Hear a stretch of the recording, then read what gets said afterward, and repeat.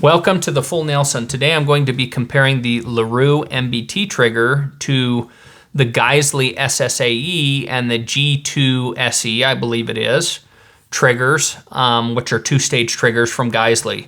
I hear people all the time saying Larue MBT trigger is better than Geissele and it's less money and all that kind of stuff. It is less money. It is a very high-quality trigger. But in my opinion, it is not better than Geissele's two-stage offerings, and that is simply because the pull weight is too heavy for my taste.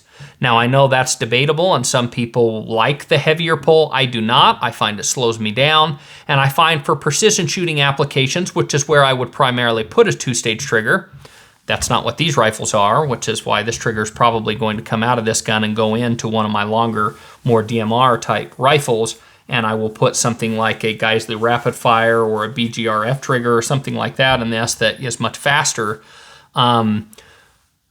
Because the two-stage triggers, or at least for me, I generally prefer to put them in DMR type rifles or more precision-oriented rifles.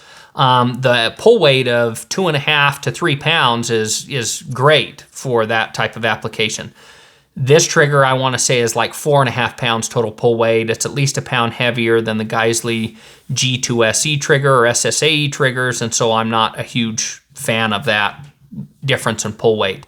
In terms of the materials it's made out of and all that kind of stuff, I hear it's made of tool steel and it's supposed to be better material and all that than the Geissele. I really don't know a ton about that for sure. I will just tell you that in terms of like combat proven, as far as combat proven aftermarket triggers are concerned, Geissele is probably more used and more proven than any other aftermarket trigger ever put in the AR pattern rifle. That's how proven or well-renowned they are, and they have a huge following in the special operations community. They are considered the best of the best in terms of reliability. So that's not a huge factor for me. I don't buy that argument. But anyway, in terms of raw performance, I think the Geissele is more to my liking just because of the little bit lighter pull weight.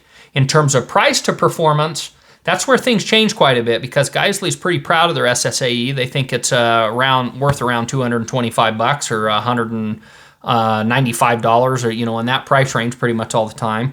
And Larue sells these things at full price at like $125 or $29, something like that. And I purchased several of them on sale like in the $90 price range.